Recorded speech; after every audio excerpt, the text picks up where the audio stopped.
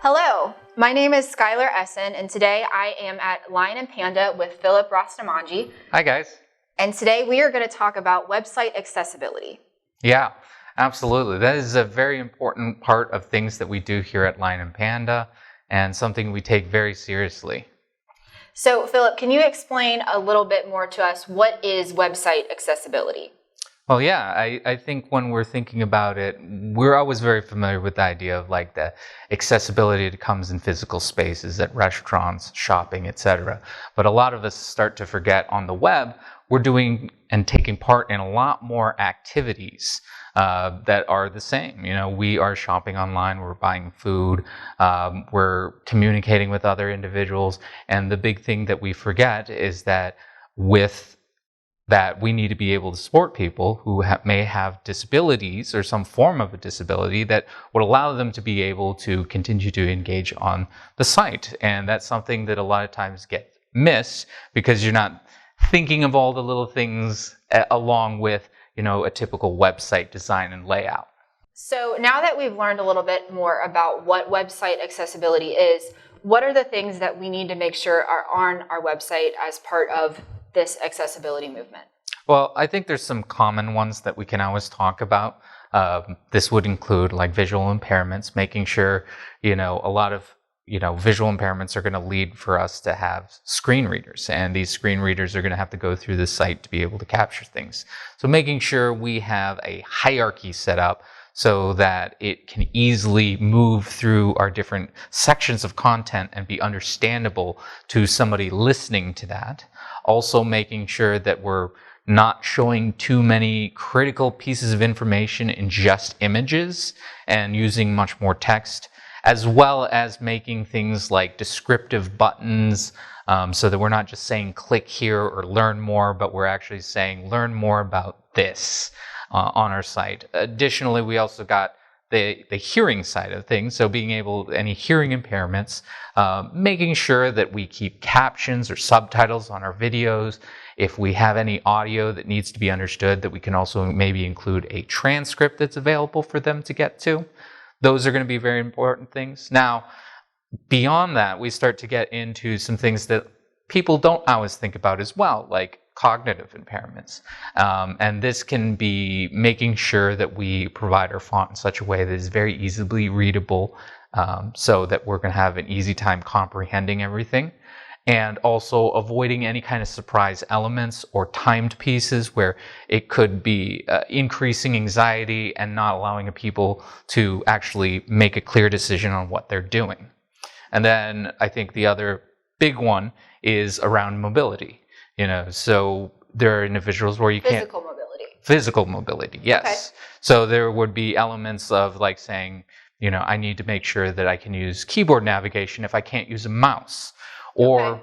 In a mobile environment, I would need to make sure that I have large buttons and spaced apart so that I could easily, if I had any dexterity issues or I needed to tap on things, it would be very easy for me to do that with just one finger.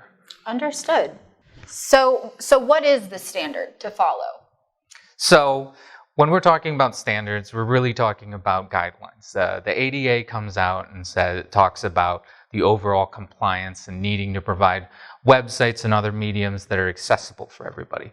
However, there is a list of guidelines that is provided by the W3C schools that basically has focused around website accessibility. It's called the WCAG, and right now it is in 2.1, and there's also 2.2, but basically these guidelines kind of go out and explain in very distinct detail all of the little elements, you know, some of the stuff that we already covered, but really goes into detail around the elements that you can have on your site, things you shouldn't have on your site, things to look for and consider as you're going through your site. Interesting. All right, so now that we understand who sets the guidelines, what happens if you don't follow them?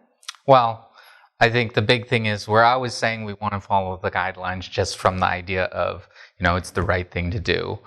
But the truth is, along with this, there are legal consequences that can occur. There have been many lawsuits that have occurred for large groups not being able to provide an accessible experience for people to use on the web. Additionally, there are also fines that can be assessed if it's found that you do not have accessibility, and that can actually occur per occurrence that is on your website. So per occurrence. We could be talking about that really racking up quickly. Okay. What is the push for these consequences? I mean, at the end of the day, what we really got to think about is the facet of 1 in 5 American adults deal with some form of disability, and we want to make sure that we're taking advantage, that being able to provide for that audience.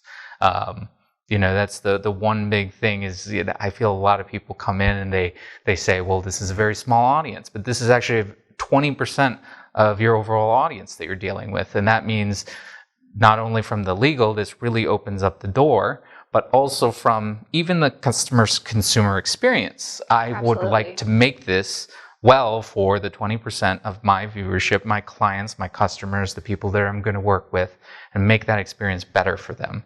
So it really has like those 3 components of saying, it's the right thing to do, yes. Right. It is the legal thing to do. And from a marketing and customer experience, it's going to drive more customers and it's going to bring more value to my company. Absolutely, because you're including everybody in this situation, right? Making it easily accessible for everyone. So what more would you like to say about what Lion and Panda can offer individuals who need to make sure that their websites are accessible in these situations? So with a lot of groups, we provide auditing and other resources to help people with finding out, number 1, if there are any issues, and number 2, how can those be handled or remediated. Additionally, we always implement this into whenever we're building any kind of web interface to make sure these standards are upheld and things can be utilized. Perfect. All right, you guys heard it from Philip Rastamanji himself here at Lion and Panda. Yeah. If you found this video helpful, or if you have any other questions related to website accessibility, please comment them down below, and don't forget to like and subscribe and follow Lion and Panda on Facebook and YouTube. Thank you so much. Thanks.